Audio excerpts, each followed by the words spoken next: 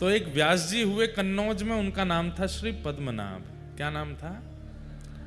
बहुत सुंदर कथा करते थे। हजारों लाखों की तादाद में लोग उनकी कथा सुनकर के अपनी शंकाओं का समाधान और परमानंद की प्राप्ति करते थे।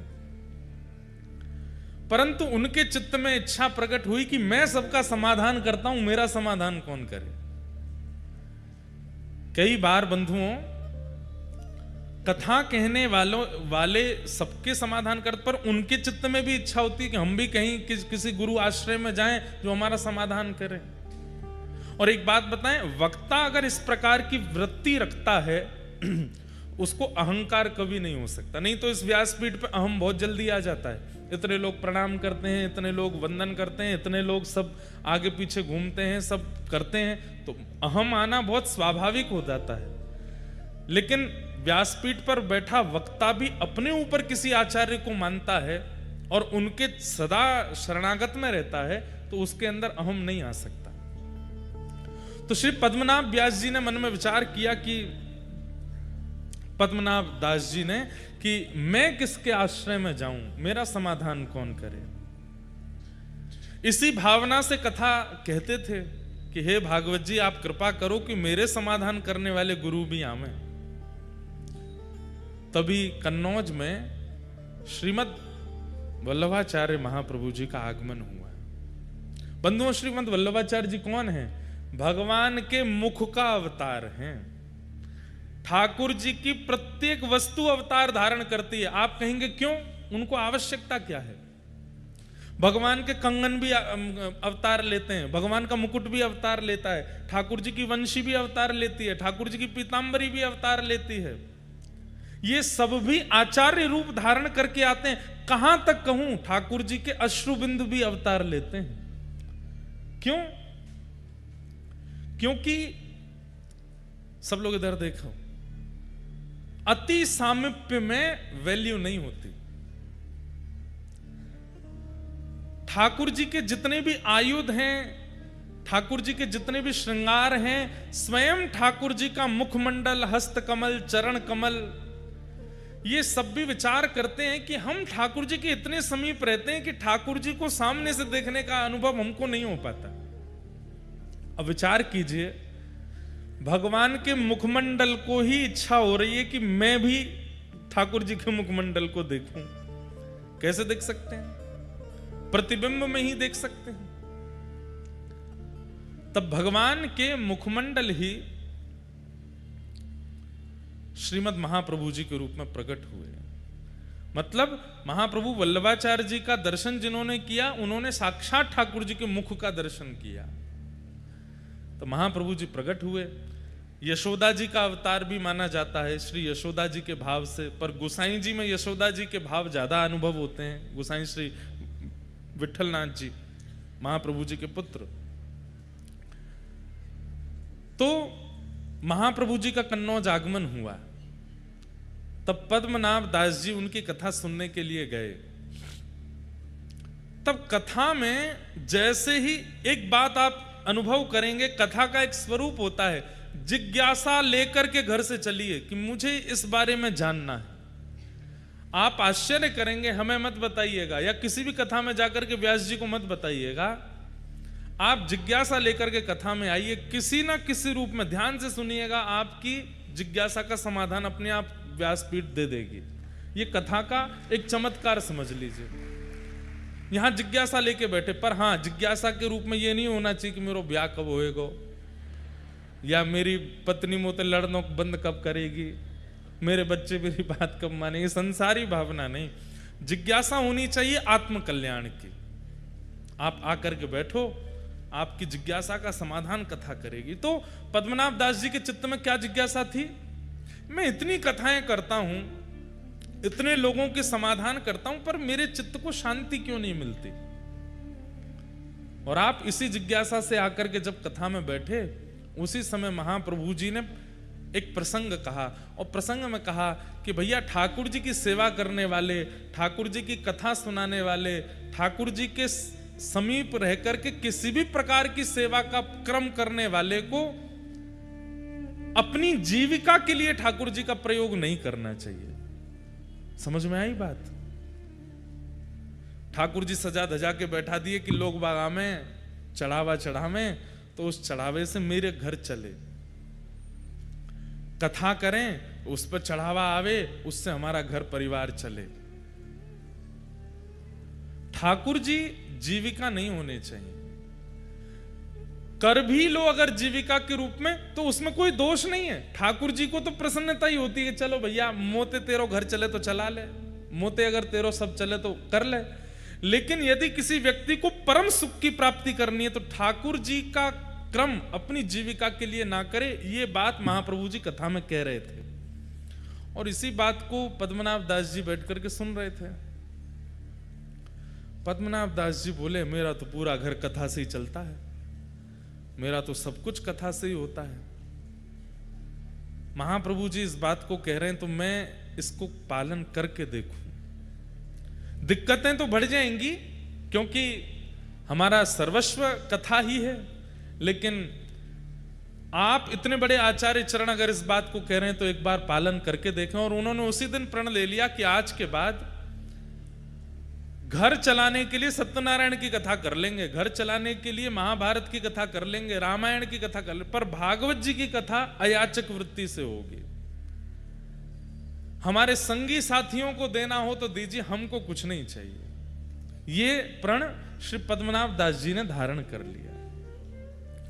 और ये भाव धारण करते ही आपने जैसे ही कथा कहना प्रारंभ किया, इतना परम शांति के अनुभव हुए, ऐसे ऐसे अनुभव ठाकुर जी के उनको होने लगे।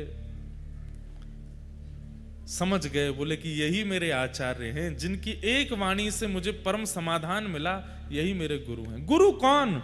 गुरु वही जो हरि सो मिलावे, गुरु वही जो हरि की राह दिखावे, गुरु वही जो सब तज वृंदा विपिन बसावे। वो गुरु है। वो गुरु नहीं जिसके आश्रय में जाने से आप और संसार के हो गए, वो गुरु जिसके आश्रय में आने से, जिसकी वाणी सुनने से और संसार छूट गया, वो गुरु है। जिसकी वाणी, जिसकी उपस्थिति, जिसकी कथा ठाकुर जी के और समीप ले जावे, वो गुरु है। पद्मनाभ दास जी महाप्रभु जी के शरणागत हो गए और कहा कि प्रभु अब आप मुझे स्वीकार करो, मैं आपसे परम प्रसन्न हूं, आपने मेरे जीवन के समाधान कर दी, अब मैं परम आनंद में रहता हूं, भागवत जी बिल्कुल अयाचक वृत्ति से करता हूं और मुझे इतना सुख मिलता है। मेरे घर वालों को दिक्कत होती है, घर में धन नहीं जाता, थोड़े धन आदि की तंगी हो जाती है, लेकिन मुझे परम सुख मिलता है। और पद्मनाभ दास जी महाप्रभु जी के अनुयायी हो गए। महाप्रभु जी यदा कदा कहीं कहीं जाते तो पद्मनाभ दास जी को संग लेके जाते थे। गुरु भी कई बार शिष्य के शिष्यत्व को परखता है, और परखना भी चाहिए। शिष्य धनवान है, शिष्य सर्वगुण संपन्न है और उस पर कृपा ज्यादा करे, ये गुरु का स्वभाव नहीं होना चाहिए। गुरु शिष्य के शिष्यत्व को देखे। और महाप्रभु जी ने पद्मनाभ दास जी के शिष्यत्व को देखा। सब लोग इधर देखिए, कहां से पधारे आपके निधि, सुनिए उनके बारे में।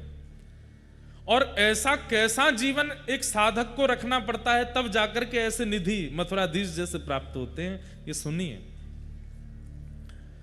तो श्री पद्मनाभ दास जी महाप्रभु जी के साथ जाते थे। एक बार महाप्रभु जी कहीं प्रवास पर गए और आप प्रसाद करने के लिए बैठे थे, बाहर द्वार पर पद्मनाभ दास जी खड़े थे।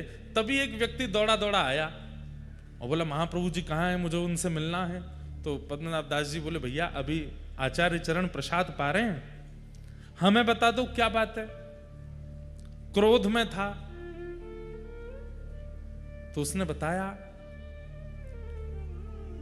महाप्रभु जी के पीछे पीछे चल रहा था मैं, ये जान करके कि ये आचार्य हैं, इनकी सन्निधि में रहने से मुझे आनंद की प्राप्ति होगी, पर मेरे साथ तो गलत हो गया। बोले क्यों?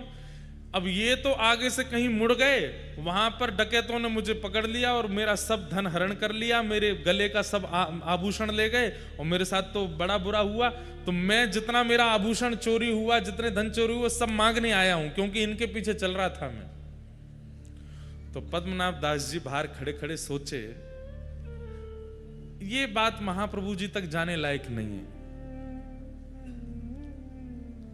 उन्होंने कहा, कितना धन बनता है तुम्हारा?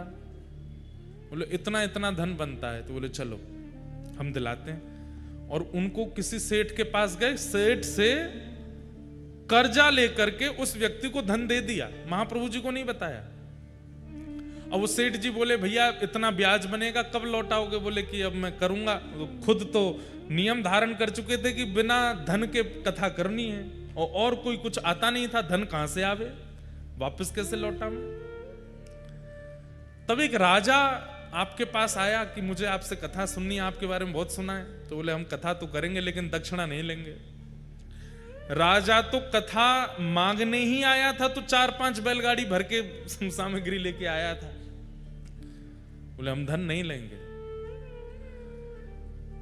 तो राजा बोला, तो फिर ऐसे ही सुना दीजिए, हमको क्या, आप नहीं लेंगे तो हमें तो कथा सुननी है।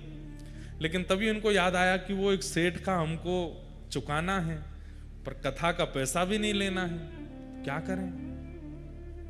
तो आपने राजा से कहा, अगर हम भागवत ना सुना करके महाभारत सुना दें तो हम दक्षिणा ले लेंगे। राजा बोला, हमको तो भागवत सुननी है। बोले कि सुनो, देखो हम तुमसे क्या छुपाएं, सीधी बात ऐसी है, हमने नियम लिया कि हम भागवत जी का दक्षिणा नहीं लेंगे, और हमको किसी का कर्जा चुकाना है तो हम महाभारत सुना देंगे ताकि तुम दक्षिणा दो तो हम उसका चुका दें। राजा इतना आनंदित हो गया, आप कितने सरल हैं, महाभारत ही सुनाओ। तब आपने महाभारत की कथा सुनाई, और महाभारत सुना करके जो दक्षिणा मिली ब्याज सहित उस सेठ को चुका दिया।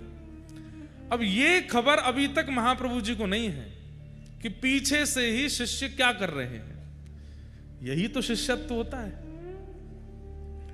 हम लोगों का शिष्यत्व कैसा कि हम गुरु जी के चरणार विंदों में कुछ अर्पित भी करते हैं तो 5 बार तो बता देते हैं, गुरु जी वहां से बनवाए, गुरु जी ये लेके आए, या गुरुदेव ऐसे ऐसी सेवा कर रहे हैं। गुरुदेव, अरे आपसे ना पता चले गुरुदेव को, कोई और जाकर के संकेत कर दे कि गुरुदेव आपके एक शिष्य हैं, वो तो ऐसी ऐसी सेवा करते हैं, ऐसा उत्सव करते हैं, ऐसा, तो गुरुदेव को जो प्रसन्नता होगी ना, वही प्रसन्नता ठाकुर जी की प्राप्ति कराएगा। प्रयास किया कीजिए कि आचार्य हमसे रीझ हैं, हम बतावें उससे नहीं, कोई और जाके संकेत कर दे। और उसमें भी ये भावना नहीं होनी चाहिए ये गुरु जी के बहुत पास रहता, इसके सामने करूंगा तो ये बता देगा, नहीं, आपके अंदर ये भावना ही नहीं आवे। महाप्रभु जी के पास जब ये बात गई, महाप्रभु जी ने पद्मनाभ दास जी को बुलाया, बोले सुनो, वो एक व्यक्ति उस दिन लड़ रहा था द्वार पर आकर के, तुमने हमसे क्यों नहीं मिलवाया? बोले कि आप उस समय प्रसाद पा रहे थे। क्या कह रहा था वो? बोले वो कह रहा था कि आपके पीछे पीछे वो चल रहा था, आप कहीं गली में मुड़ गए, वो भटक गया तो डाकुओं ने उसको लूट लिया, उसका जो धन बनता है वो मांगने आया था। हमने कहा आप देते अच्छे नहीं लगते, तो हमने ऐसे ऐसे करके उसका धन कर दिया, और महाभारत की कथा करके दक्षिणा लेके ब्याज भी चुका दिया। महाप्रभु जी के नेत्र सजल हो गए, हृदय से लगा लिया, बोले हम तुमसे बहुत प्रसन्न हैं, मांगो कुछ। तब आपके चित्त में इच्छा प्रकट हुई कि मुझे ठाकुर जी की सेवा मिले। आचार्य चरण, आप कृपा करके मुझे ठाकुर जी की निज सेवा प्रदान कर दीजिए। जैसे अन्य सेवक आपके अपने घर में नवनीत प्रियालाल जी की सेवा करते हैं, अन्य ठाकुरों की सेवा, चित्रपट की सेवा आदि आदि करते हैं, ऐसे ही मुझे भी आप एक सेवा प्रदान करें। पर मेरी एक इच्छा है, ध्यान से सुनिएगा, मेरी एक इच्छा है। बोले क्या? धृष्टता कर रहा हूं, क्षमा मांगते हुए प्रार्थना कर रहा हूं, मेरी इच्छा यह है कि मैं जिन ठाकुर की सेवा करूं वो स्वयं प्रकट हों, वो किसी मूर्तिकार के द्वारा बनाए गए या कहीं से पधराए गए ठाकुर जी नहीं, स्वयं प्रकट हो। जैसे वृंदावन में गोविंद देव जी प्रकट हुए, हमारे मदन मोहन जी प्रकट हुए, शालिग्राम जी से श्री राधारमन लाल जी प्रकट हुए, गिरिराज जी से श्रीनाथ जी प्रकट हुए, ऐसे ही नाथ स्वयंभू। अच्छा, स्वयंभू ठाकुर जी किन्हें माना जाता है? उनके लिए भी शास्त्रों में वर्णन है। पहला, पृथ्वी से प्रकट हों, दूसरा पहाड़ से प्रकट हों, पर्वत से प्रकट हों, तीसरा शुद्ध दैविक नदियों से प्रकट हों, और चौथा किसी वृक्ष की जड़ से प्रकट हों। ऐसे कुछ नियम हैं, उन्हीं को ही स्वयंभू ठाकुर जी माना। आजकल लोग बाग क्या करते हैं, पहले ही धर देते हैं नीचे जाके, वो हमारे घर से निकले हैं, हमारे घर की खुदाई में निकल आए ठाकुर जी, हमारे वहां पे निकले, जो निकले। स्वयंभू ठाकुर जी का भी नियम बताया गया। या शालिग्राम से प्रकट हों, जैसे हमारे राधा रमन लाल जी,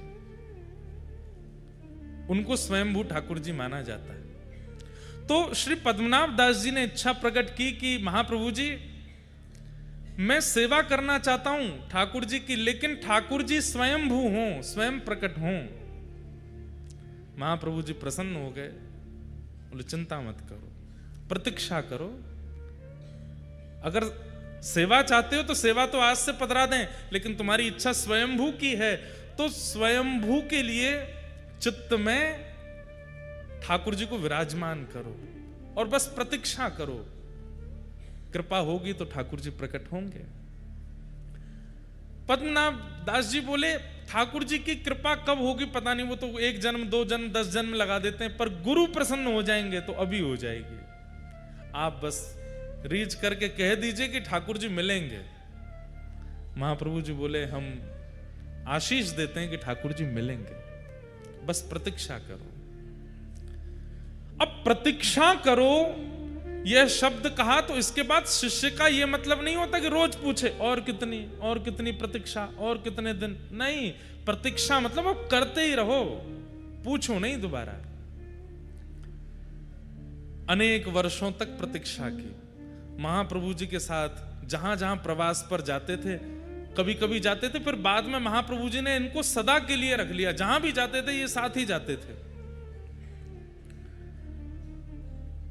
प्रवास करते हुए एक दिन आप गोकुल पधारे, पद्मनाभ जी साथ में पधारे, और गोकुल में संध्या के समय पर महाप्रभु जी यमुना जी के तट पर बैठ करके संध्या कर रहे थे, और दूर बैठ करके श्री पद्मनाभ दास जी अपने गुरुदेव को बस देखते ही रहते थे, दर्शन ही करते रहते थे।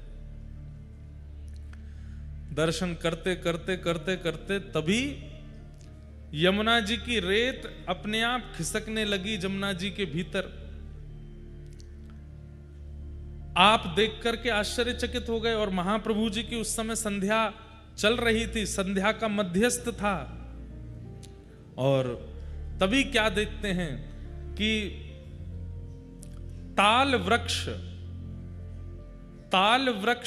के समान, 7 ताल वृक्षों के समान विशाल स्वरूप ठाकुर जी का शंख चक्र गदा पद्म धारण करके प्रकट हो गए हैं। बोलो मथुराधीश की। इतने विशाल स्वरूप प्रकट हुए कि 7 ताल के वृक्ष के समान स्वरूप था ठाकुर जी का। आचार्य चरण ने देख करके तुरंत प्रणाम किया। पद्मनाभ दास जी तो देख करके हैरान रह गए, ये कितना विशाल विशिष्ट स्वरूप, अद्भुत स्वरूप के दर्शन करके आप आनंदित हो गए। तभी महाप्रभु जी ने आज्ञा की कि निवेदन कियो, जय जय इतने बड़े बनकर के आए हो, कैसे सेवा करेंगे, नसैनी लगानी पड़ेगी, मोह तक पहुंचवे के काजे, इतनो सब कैसे विस्तृत होएगा, इतना बड़ा आपको स्वरूप है, इतने बड़े मंदिर बनाने पड़ेंगे। थोड़ी कलयुग की प्रधानता है, आप थोड़ो सो ने हम अर्चकन पर ने ध्यान धरो और अपनो रूप ने सूक्ष्म करो। तब वही विशाल स्वरूप छोटे से बनकर के श्री महाप्रभु वल्लभाचार्य जी की गोद में पधारे, और वही स्वरूप आज यहाँ कोटा में विराजमान। दूर खड़े खड़े नेत्र लाल हैं, नेत्रों से अश्रु गिर रहे हैं श्री पद्मनाभ दास जी के, हाथ जोड़ करके केवल कंपन हो रहा है। महाप्रभु जी मंद मुस्का करके कहते हैं, देखो तुम्हारी इच्छा आज पूर्ण भई, और तुम्हारे लिए स्वयंभू ठाकुर जी श्री मथुराधीश प्रकट हुए हैं। नामकरण कर दिया, इनका नाम क्या बोले, मथुराधीश है। तब पद्मनाभ दास जी सन्मुख आकर के बैठ गए, बोले महाराज आपने इनका नाम मथुराधीश क्यों रखा। तब आचार्य चरण ने कहा कि देखो ये मथुरापुरी जो है ना, इसका मूल नाम मधुरापुरी है। जहां पर मधुर श्री कृष्ण का प्राकट्य हुआ वो मधुरा है, वो मथुरा अपभ्रंश होकर के और कुछ शास्त्रीय कारणों से उसका नाम मथुरा है, पर वास्तव में मधु नामक दैत्य को मारा था यहां पर, इसीलिए इसका नाम मधुरा है।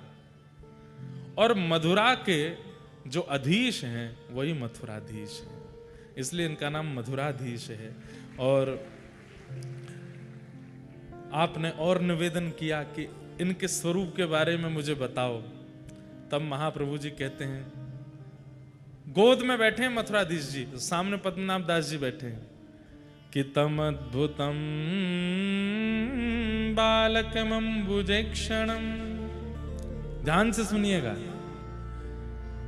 ये मथुराधीश जी जो हैं ये विशाल विराट ठाकुर जी नहीं है।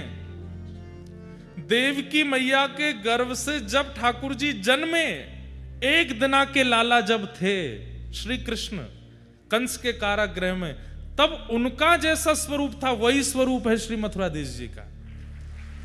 ये छोटे लाला ही हैं, छोटे लाला 4 भुजा वाले हैं।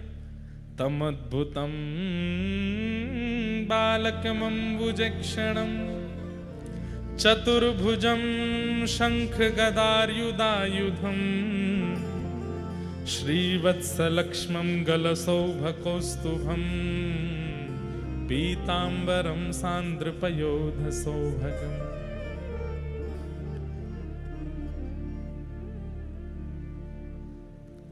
महाप्रभु जी कहे, पद्मनाभ दास, एक बार कहीं कथा में तुमने ठाकुर जी का प्राकट्य सुना था, और ठाकुर जी के उस प्राकट्य को सुनकर के तुम इतने भावुक हो गए, इतने भावुक हो गए, उसी समय ठाकुर जी ने निश्चित कर लिया कि यही स्वरूप तुमको प्राप्त होगा, क्योंकि जिस स्वरूप को सुनकर के तुम इतने प्रेमवश हुए हो वही स्वरूप तुम्हारे पास आएगा, और वही स्वरूप आज आया है। देवकी मैया के गर्भ से जन्म लेते ही ठाकुर जी का जो स्वरूप है, छोटे से लाला हैं, शंख चक्र गदा पद्म हाथ में धारण किए हैं, वही लाला तुम्हारे लिए आए। शंख चक्र गदा पद्म का अर्थ क्या है बंधुओं? पृथ्वी, अग्नि, जल, वायु और आकाश, ये 5 तत्व हैं। बहुत ध्यान से सुनिए सब लोग, इधर देखो, इधर देखो, सुनो। भगवान के चतुर्भुज रूप में जो शंख है ये जल तत्व है। शंख का प्रादुर्भाव कहां से होता है? कहां से होता है?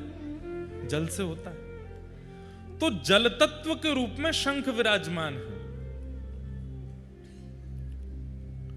अग्नि तत्व के रूप में सुदर्शन चक्र विराजमान है, क्योंकि चक्र जब ठाकुर जी के हाथ से प्रकट होते हैं उस समय अग्नि के समान तेज प्रकट हो जाता है।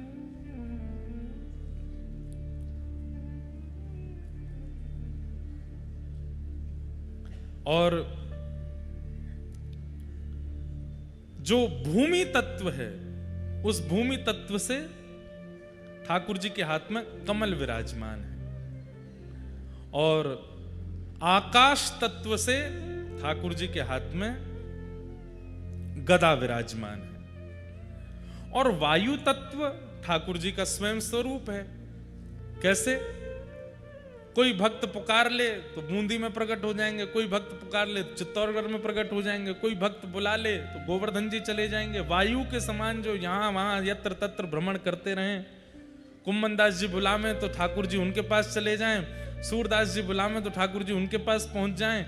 एक ही दिन में हजारों भक्तों को एक साथ वायु के समान स्पर्श करा के दर्शन कराने की क्षमता ठाकुर जी रखते हैं, इसलिए वायु तत्व स्वयं ठाकुर जी हैं। और बाकी पृथ्वी, अग्नि, जल और आकाश, इन 4 तत्वों के रूप से ठाकुर जी के 4 आयुध विराजमान है। लेकिन निकुंज में जब आप प्रवेश करेंगे तो निकुंज में इनका अर्थ अलग है।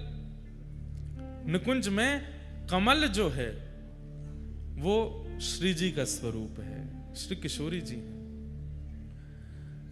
और शंख जो है वो श्री जी की प्रधान सखियां ललिता विशाखा आदि अष्ट सखियों का स्वरूप है। मतलब ठाकुर जी अपने आसपास हमें दिखाते हैं कि शंख चक्र गदा पद्म है, पर वास्तव में यहाँ श्री जी और सब प्रधान सखियां नित्य जैसे ही कपाट बंद होते हैं तो प्रकट हो जाती हैं, उनकी लीला में सहायक बन जाते हैं। तो बोले फिर गदा और चक्र किस लिए है? बोले कहीं कोई निकुंज का अधिकारी नहीं है और वो यहाँ अनुभव करना चाहे तो उसके लिए गदा और चक्र बाहर रक्षक के रूप में विराजमान होते हैं। इस प्रकार से 4 आयुध है। इस प्रकार महाप्रभु जी ने घंटों बैठ करके मथुराधीश जी को अपनी गोद में बैठा करके पद्मनाभ दास जी को प्रवचन किया। और फिर घड़ी आई, पद्मनाभ दास जी से कहा आओ और अपने ठाकुर जी स्वीकार करो। तब श्री पद्मनाभ दास जी के माथे श्री मथुराधीश जी विराजमान हुए। और जैसे ही आपने अपने घर में उनको विराजमान किया, महाप्रभु जी ने जैसे ही आज श्रृंगार में दर्शन किया श्री मथुराधीश जी का, निकल पड़े शब्द मुख से, अधरम मधुरम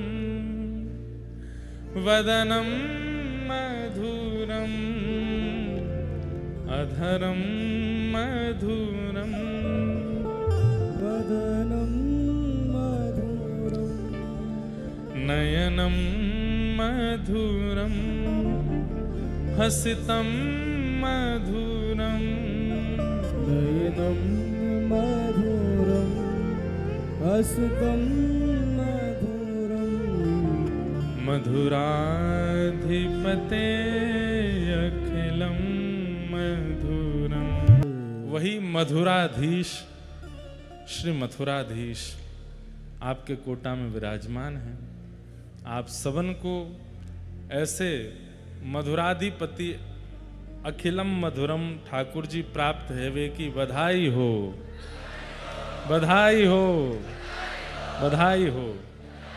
खूब खूब आपको बधाई जो ऐसे ठाकुर जी आपके नगर में विराज रहे हैं। जाए करो भैया, नित्य दर्शन करवे को नियम बन जाए तो नित्य जाओ, नित्य नहीं जा सको तो 2 दिना में जाओ, 2 दिना में ना जा सको तो 5 दिना में, नहीं तो हफ्ता में जाओ। हफ्ता से ज्यादा नहीं बोलेंगे, हफ्ता में तो जाना ही पड़ेगा। ठाकुर जी कृपा करके कोटा में विराज रहे हैं।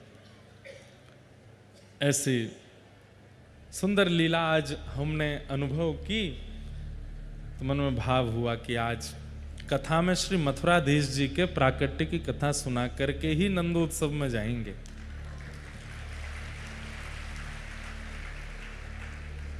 कृपा करके आज श्री राधा रमन लाल जी के परम सेवाधिकारी, जिनके माध्यम से ठाकुर जी की मधुर सेवा श्री वृंदावन में श्री राधा रमन लाल जी करते हैं और जिनकी कृपा से हम यहाँ मथुराधीश जी को कथा सुनाने आ पाए हैं, ऐसे श्री राधा रमन लाल जी के परम चरण सेवक श्रीमन्मानंद गौड़ेश्वर वैष्णवाचार्य श्री अनुराग गोस्वामी जी महाराज पधारे हैं।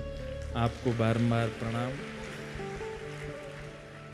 साथ ही हमारी बड़ी बहन जी भी आई हैं, उनको भी बहुत बहुत वंदन। इन्हीं की वजह से आ रही ये कथा तो हमने कही अब भेज तो रही हैं हमें कोटा, तो आप भी आइए। तो आज पधारी हैं। आज मधुर ठाकुर जी का जन्मोत्सव होना है कथा में। कथा क्रम हम थोड़ा थोड़ा कहते हुए आगे चलेंगे। और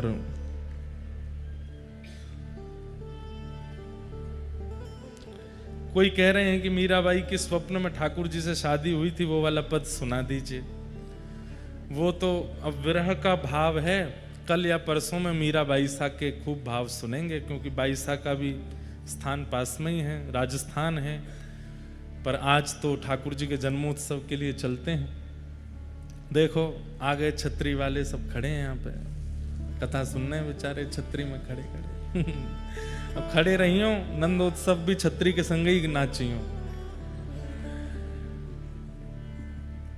जल्दी आते तो बैठने को मिल जाता, अब लेट आए तो खड़े तो होना पड़ेगा। लेकिन बड़ी कृपा है ठाकुर जी की, और संभवतः 5-6 दिन की बारिश बता रहे हैं लोग बाग तो। ज्यादा जगह का अभाव पड़ेगा तो हमारा मंच खाली है, 2-4 लोगों को यहां बुला लेंगे। ज्यादा वर्षा रही तो यजमान परिवार, एलन परिवार को तो यहीं बैठा लेंगे ऊपर, आगे वाला जगह भी खाली हो जाएगी तो 500-600 लोग यहां भी बैठ जाएंगे, और यही व्यवस्था हम कर सकते हैं। लेकिन अब चलो कथा में प्रवेश करें। कल हम लोग भीष्म पितामह का सुंदर भाव सुन रहे थे। भीष्म पितामह ठाकुर जी से निवेदन करते हैं कि नाथ, बंधुओं देखो, एक बात हमें समझ में आई है आज तक कथा कहते हुए, केवल भक्ति करना, केवल नाम जपना, केवल व्रत अनुष्ठान करना मात्र से ठाकुर जी की प्राप्ति संभव नहीं है। उसमें कुछ आधुनिकता होनी चाहिए, उसमें कुछ नवीनता होनी चाहिए, उसमें भाव का पुट होना चाहिए। अब आप स्तुति गाते हैं, पर स्तुति केवल गा ही रहे हैं, उसका कोई, उसमें कुछ नवीनता नहीं है, उसमें कुछ आपका भाव प्रकट नहीं है, तो फिर उस भाव से ठाकुर जी कैसे रीझें? भाई, घर में रोटी रोज बनती है, लेकिन जिस दिन जमाई राजा आते हैं उस दिन विशेष बनती। उस दिन रोटी में घी भी बढ़िया वाला लगाया जाता है, उस दिन सब्जी में भी नमक वगैरह उस दिन कमी नहीं होती है। बाकी के दिन कभी नींबू नहीं, नमक नहीं, कभी कुछ नहीं। जमाई जिस दिन आते हैं उस दिन विशेष बनती है। बच्चों को भी रहता है, जीजा जी आते रहा करो, हमको भी बढ़िया बढ़िया खाने को मिलता रहता है। क्यों? प्रस्तुतिकरण में ही तो प्रेम होता है। अब जो माता जी रोज बनाती हैं वही उस दिन भी बना दें तो फिर क्या विशेष हुआ? मेहमान घर आए और आप वैसे ही सामान्य से घिया की तोरई की सब्जी बना दे तो वैसे बढ़िया घेरा तोरई तो वही बना दो, तो उस दिन तो कुछ विशेष बनना चाहिए ना। ऐसे ही ठाकुर जी की सेवा आराधना भी भिंडी लौकी घिया की तरह नहीं की करनी है, बस करनी है, ये नियम है, ये ऐसे है, ऐसे ऐसे करते रहो। बस नियम की पूर्ति नहीं, समय की पूर्ति नहीं करनी है। जितना नियम है, जितना समय है, उसमें कुछ अद्भुत करना है, कुछ विशेष करना है। और विशेष अद्भुत चाह करके नहीं होता। जब कथा आदि श्रवण करते करते भाव जागृत चित्त में हो जाते हैं तो अपने आप बनता है, अपने आप होने लगता है। कहते हैं यही पद्मनाभ जी ठाकुर जी को जब विराजमान किए तो अयाचक वृत्ति से तो हो गए थे पहले से ही, कुछ धन आदि लेते नहीं थे। मथुराधीश विराजमान है। अब ठाकुर जी की सेवा में तो अष्टयाम सेवा होती है, खूब रज रज के प्रसादी बनती है, खूब बढ़िया बढ़िया सामग्री बनाई जाती है, खूब बढ़िया पोशाक बनती है, तो धन की जरूरत तो होती है। तो एक समय आने पर ऐसी स्थिति हो गई श्री पद्मनाभ दास जी की कि मथुराधीश जी को भोग भी नहीं पधरा पा रहे थे। तब आपने क्या किया? केवल छोले थे आपके पास में, तो उन छोलों को ही पात्रों में रख देते थे और पात्र को ऊपर से ढक करके ठाकुर जी से कहते, जय जय, आप सामग्री थोड़ी देखते हो, आप तो भाव देखते हो ना। अब सामग्री के लिए तो हम पर इतनी संपत्ति नहीं है, इतनी व्यवस्था नहीं है कि हम आपको विविध विविध सामग्री पवा सकें। अब ये छोले ही हैं, आप इनको स्वीकार करो। और आप छोले ढक करके और ऐसा भाव रखते, जय जय, है सारे पात्रों में छोले ही, लेकिन भावना क्या कर देते, देखो कैसी बढ़िया कढ़ी बनी है, जय जय, भोग लगाइयो प्रेम से। या में खीर पधराई है, जय जय, ऊपर ते केसर डारी भई है, प्रेम से पइयो। या में श्रीखंड है, या में मलाई रबड़ी है, या में ये साग है, या में ये सामग्री है, या में ये दूध घर की सामग्री है, ऐसी रोटी है, ऐसी पूड़ी है। ऐसी केवल भावना रखते थे और नेत्रों से अश्रु प्रवाह करते, बोले ठाकुर जी भावना को प्रसाद है, स्वीकार करो। कहते हैं भोग पधरा करके, छोले पधरा करके जाते, थोड़ी देर बाद में मंदिर में सुगंधी आने लगती कढ़ी की, थोड़ी देर में सुगंधी आती खीर की, थोड़ी देर में सुगंधी आती रबड़ी मालपुआ की। जो जो भावना वो धारण करते थे छोलों में से वैसी सुगंधी आने लगती। ठाकुर जी उसको वही भाव मान करके स्वीकार कर लेते थे।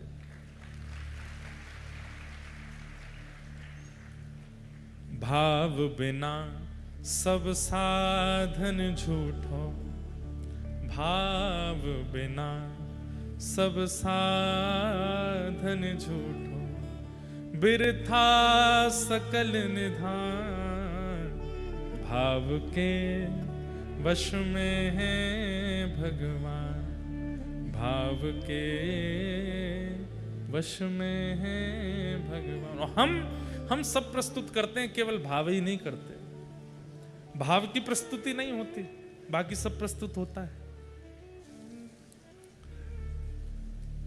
भाव नहीं तो हर मंदिर में दीखत बस पाषाण, भाव होए तो जित देखूं तित प्रगट होए भगवान, भाव के वश में है भगवान। हमने भावना की, कई लोग ऐसा बोल जाते हैं, अरे आपका उत्सव चल रहा था, आपका वो बढ़िया बारिश हो गई, इंद्र ने सब मिटा दिया, इंद्र ने तो ऐसा विघ्न डाला। अरे विघ्न मानोगे तो विघ्न है।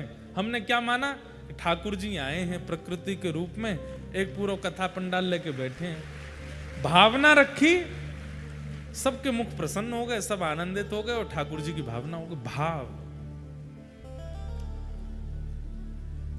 भीष्म पितामह सामान्य बात कह रहे हैं कि मेरा मन आपके चित्त में लगे, लेकिन इस भावना से अपनी स्तुति में कह रहे हैं कि ठाकुर जी प्रसन्न हो गए।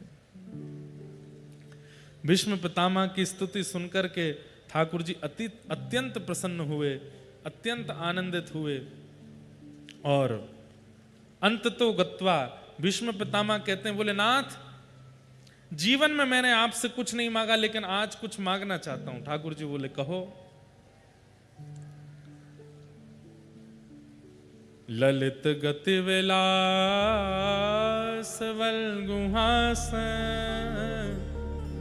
प्रणय निरीक्षण कल्पितो रुमानः, कृतमनुकृतवत्य उन्मदान्धा, प्रकृति मगन किल यस्य गोपवध्वः। भीष्म पितामह क्या कह रहे हैं? बोले नाथ,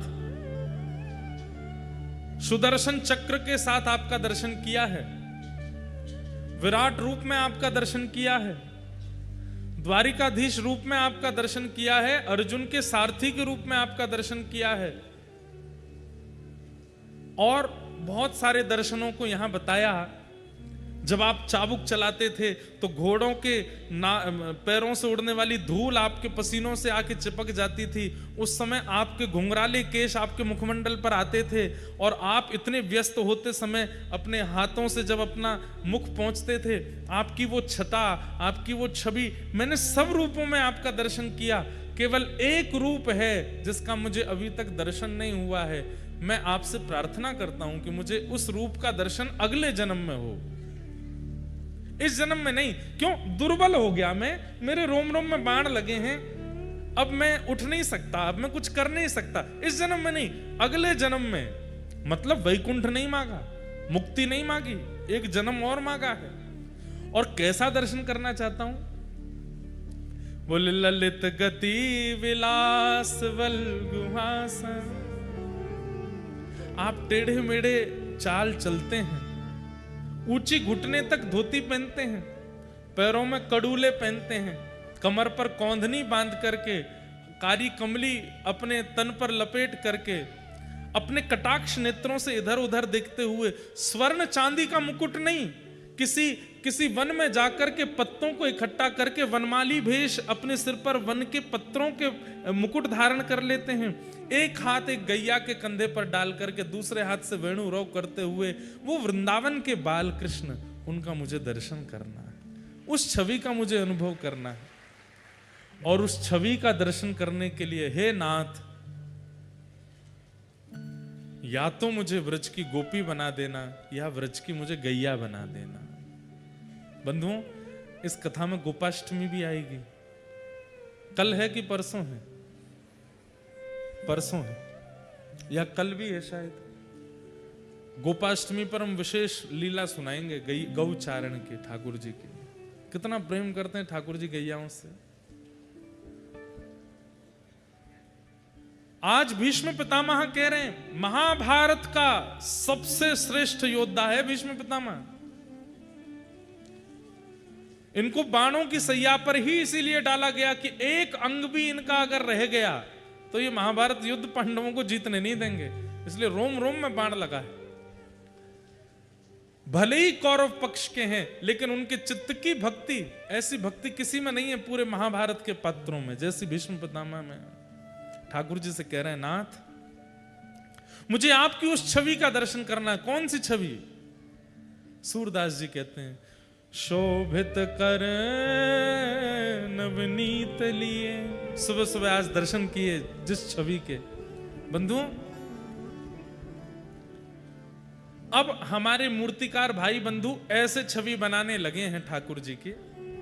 वास्तव में वो छवि पता है कैसी है? मूल छवि ऐसे है, एक हाथ नीचे है, दो घुटने हैं और नवनीत बिल्कुल थोड़ी के नीचे ही है। ऐसे छवि है ठाकुर जी की। ये छवि है श्री नवनीत प्रियालाल जी की। अब लोग उनको लड्डू गोपाल कहते हैं। वो लड्डू नहीं है हाथ में, वो मक्खन है, वो नवनीत है। अरे लाला के दांत नाए निकरे हैं, घुटमुन चलने वाले बालक के दांत निकल आते हैं, वो लड्डू कैसे खाएगा? वो तो नवनीत ही खाते हैं, वो तो मक्खन ही खाते हैं।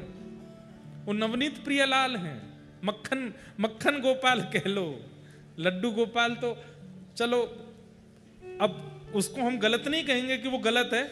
ऐसा मान लो कि जिनके लड्डू जैसे गाल हैं वो लड्डू गोपाल, लड्डू जैसे हाथ है, लड्डू जैसे पाँव है, लड्डू जैसे है वो लड्डू गोपाल।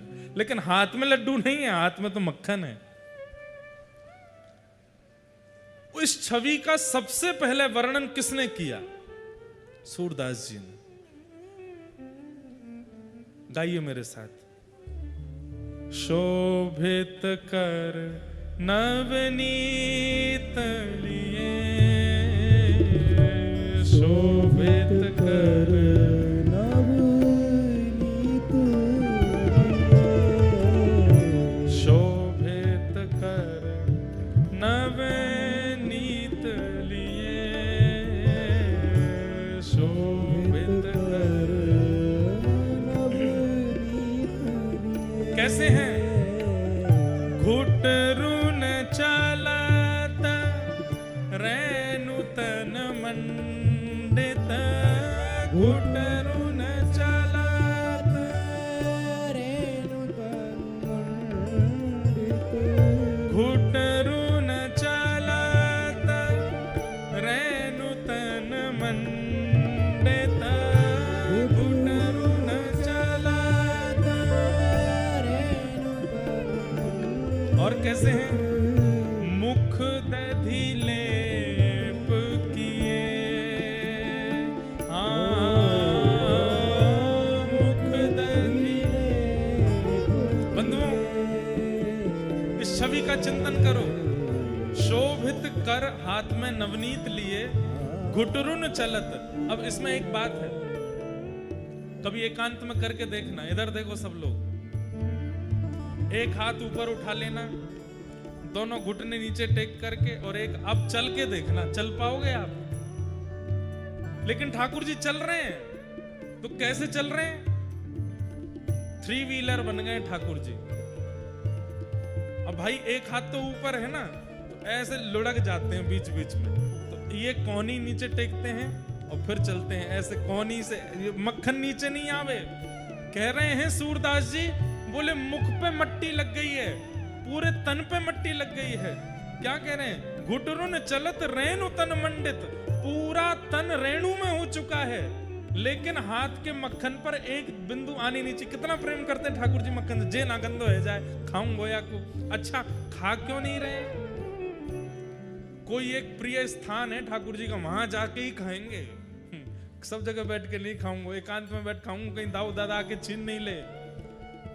शोभित कर नवनीत लिए, शोभित कर नवनीत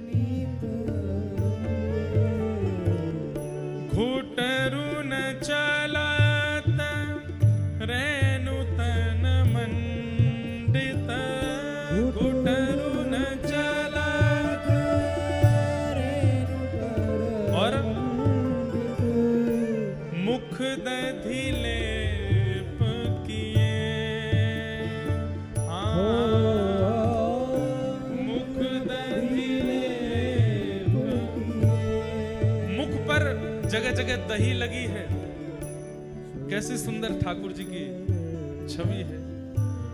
चारू कपोल, चारू कपोल, कपोल मतलब गाल। चारू कपोल लोल लोचन, चारू कपोल लोल लोचन। गोल गोल गाल हैं और बड़े बड़े नेत्र हैं। लोल लोचन मतलब लुभाने वाले ऐसे नेत्र हैं ठाकुर जी के कि जब चल के इधर उधर देखते हैं तो आकर्षण बनता है उन नेत्रों की ओर। चारू कपोल लोल लोचन, चारू कपोल लोल और लोचन। गोरोचन तिलक किए। गोरोचन तिलक। हमारे हम आधे तो रामानुजी हैं और आधे पुष्टि मार्गी हैं। क्यों? हमारे पूज्य पिताजी महाराज और हम तो रामानुज वैष्णव हैं, पर हमारे पूज्य नाना जी पुष्टि मार्गीय थे, पंडित श्री कृष्णलाल शास्त्री, और उनको लाखों की तादाद में पद याद थे। उन्हीं की कृपा से हम पद गाते हैं। उन्होंने ही व्यासपीठ पर बिठाया। तो हमारे पूज्य नाना जी वो उसका इतना सुंदर वर्णन करते थे। गोरोचन तिलक किए। गैया के यहां माथे पर भीतर एक गोरोचन होता है। किसी किसी गाय के नासिका से वो रोचन प्रकट होता है। वो मल की तरह नहीं होता, वो गंदा नहीं होता, उसमें इत्र की तरह सुगंधी होती है। वो गोरोचन यहां से प्रकट होता है किसी किसी गाय के। लाखों में से किसी एक गैया के प्रकट होता है गोरोचन। वह गोरोचन का तिलक लगाती है यशोदा मैया लाला को। 9 लाख गैया हैं तो महीना 1.5 महीना में एक गैया के गोरोचन प्रकट हो जाता है। आजकल संभव नहीं है, और होता होगा तो पता नहीं, लोगों को खबर नहीं होगी इसलिए उसका पता नहीं चलता। कींच जैसी होती है, जैसे खस की कींच होती है ऐसी कींच निकलती है और जरा सी निकलती है। वो मैया इकट्ठा करके लाला कुबा को तिलक लगावे, गोरोचन तिलक किए। पर हमारे पूज्य नाना जी इसका एक अर्थ और करते थे। बोले लाला यहां गोरोचन को गोवर मान लो। तो मैंने कि नाना जी गोबर को तिलक लगा रहे ठाकुर जी। तो इसका इतना सुंदर वर्णन करते नाना जी बोलते, बोले लाला ठाकुर जी के तन पे रेणु लगी है और ठाकुर जी को मक्खन खानो है। अब प्रिय वस्तु खावे के काजे साफ सुथरा तो होना पड़ेगा। तो ठाकुर जी सोचे अब कहां जाऊं, तो मैया के पास जावे। तो मैया से कहवे गए कि मेरे तन की मिट्टी हटाए दो। बोलनो आवे ना लालाते, लेकिन तन में मिट्टी लगी मैया देखेगी तो हटा देगी। तो मैया के पास गए। वहां समय मैया अपना श्रृंगार कर रही है। और मैया कैसे श्रृंगार कर रही है? एक सफेद बिंदी लगावे, फिर एक लाल बिंदी लगावे, फिर एक सफेद बिंदी लाल बिंदी, सफेद बिंदी लाल बिंदी, सफेद बिंदी लाल बिंदी, ऐसे मैया अपना श्रृंगार कर रही है। ठाकुर जी देख रहे हैं, मट्टी वट्टी तो भूल गए। ठाकुर जी बोले मैं करूंगा ऐसा श्रृंगार। कैसे करूं? दोबारा लौट करके गए फिर गौशाला में। बोले सफेद बिंदी तो मेरे हाथ में, लाल बिंदी कहां ते लाऊं? लाल बिंदी दिखी नहीं, सो गोबर उठा लियो। सो एक बिंदी तो मक्खन की लगा में और दूसरी बिंदी गोबर की लगा में, फिर एक बिंदी मक्खन की लगा में, फिर दूसरी बिंदी गोबर की लगा में। ऐसे ठाकुर जी अपने मुख पर यहां पर दही लीप रखी है, ऊपर यहां पे मक्खन और गोबर से ठाकुर जी गोरोचन तिलक की। कितना सुंदर वर्णन है सूरदास जी की वाणी में। शोभित कर नवनीत लिए, शोभित कर नवनीत। और आगे सुनो। लट लटकनी मनुमत मधुप गण, लट लटकनी मन मत मधुप आप लोगों को डर लग रहा हो का बारिश फारिश को? यहाँ देखो, अरे इसको देखो, प्रेम तो सुनो, कितनी सुंदर लीला चल रही है। विशेष रूप से आगे वाले आप लोग ज्यादा ध्यान से सुना करो, पीछे वाले तो हिलते डुलते ही नहीं है। अब देखो, ये ऐसी व्याख्या आचार्यों की कृपा से ही समझ आती है। आप लोग इस पद को पढ़ लो, व्याख्या नहीं कर पाओगे। अब क्या कह रहे हैं? लट लटकन मन मत मधुप गण। बोले ठाकुर जी के जो घुंघराले केश हैं, वो यहाँ पर जो चोटी बनी है वहां में से निकर निकर के नेक नेक बाहर आ गए। तो एक लट यहाँ ते आई है, एक लट यहाँ ते आई है, एक लट यूं आई है। तो ठाकुर जी बीच बीच में अपनी लटन को संवार रहे हैं। सूरदास जी कह रहे हैं कैसा लग रहा है? बोले ऐसा लग रहा है कि मानो जैसे किसी नील कमल के ऊपर बहुत सारे भौरे मंडरा रहे हो। लट लटकन मनु मत मधुप गण, लट लटकन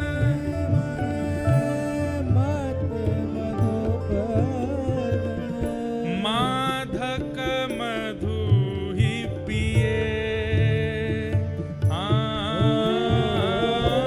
मादक मधु, मानो ऐसा लग रहा है ठाकुर जी, हमारी किशोरी जी जो हैं ये गुलाब कमल है और ठाकुर जी नील कमल है, नीले कलर के, नीले नीले हैं। तो नील कमल पर मानो इतने सारे केश के रूप में मानो भौरे मंडरा रहे हैं और मंडरा करके मत उसमें से मधु को पी रहे हैं।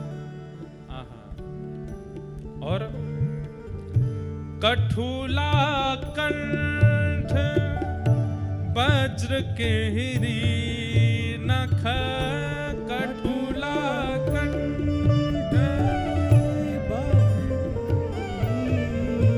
एक श्रृंगार में एक आपने देखा हो, ठोस सोने का एक श्रृंगार होता है, वो केवल ऐसे पहन लिया जाता है, उसको कठुला कहते हैं। और कठुला के नीचे ठाकुर जी कह रहे हैं मैं तो भीतर ही आऊंगा पंडाल में।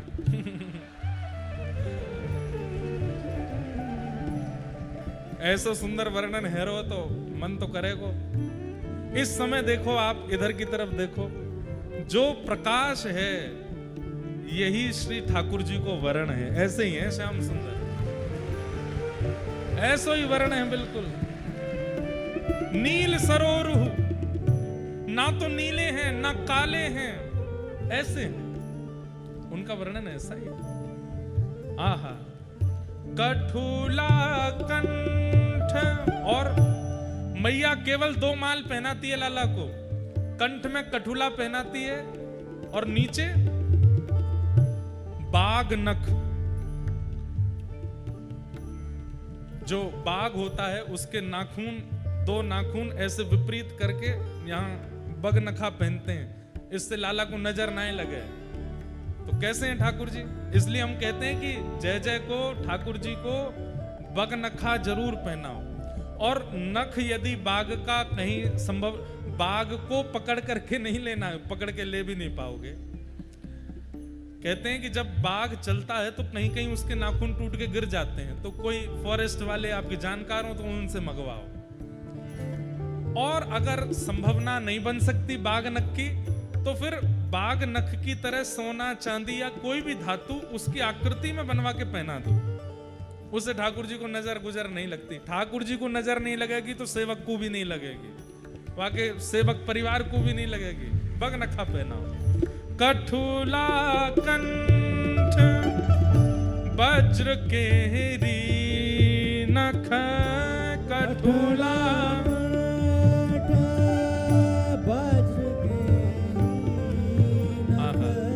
राजत रुचि रहिए।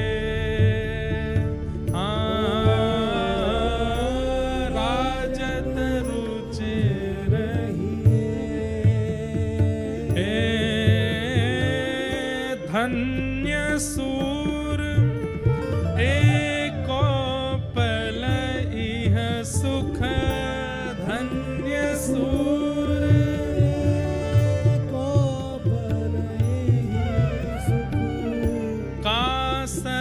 कल्प जिए।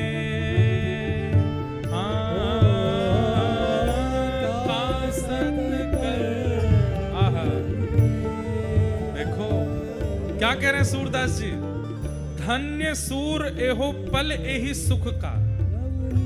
बोले एक क्षण के लिए जो ये ठाकुर जी मुझे दिख रहे हैं, हाथ में नवनीत है, मुखमंडल पर सुंदर गोरोचन का तिलक है, गालों पर दही लगा रखी है, केश आकर के इनके मुखमंडल को घेर रहे हैं, कंठ में कठुला और बगनखा पहना हुआ है, घुटमुन चल रहे हैं, नीचे कुछ पहना नहीं है।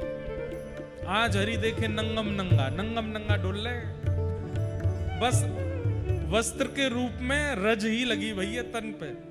सूरदास जी कह रहे हैं ये एक पल के लिए दिखने वाले ठाकुर जी के स्वरूप के बाद 100 साल जीने का किसका मन करेगा? हमारे प्राण तो अब ही चले जाएं। हे धन्य सूर एको पल दृष्टि सुख, धन्य सूर एको पल दृष्टि सुख, तासत कल्प जिए, तासत कल्प जिए, शोभित कर नवनीत लिए, शोभित कर नवनीत लिए, शोभित कर नवनीत लिए, शोभित कर नवनीत लिए। बोलो बाल गोपाल लाल की।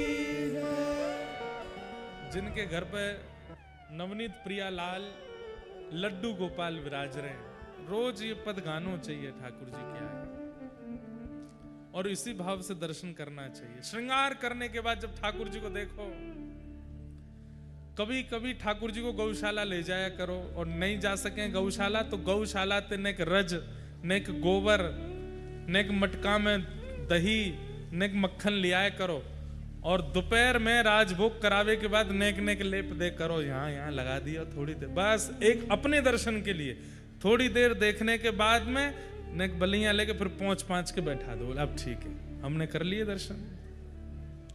कितनी सुंदर झांकी। भीष्म पितामह कहते हैं ललित गति विलास वल गुहास, प्रणय निरीक्षण कल्पितोरुमान, कृतमनुकृतवत्य उन्मदान्ध, प्रकृति मगन किल यस्य गोपवध्व।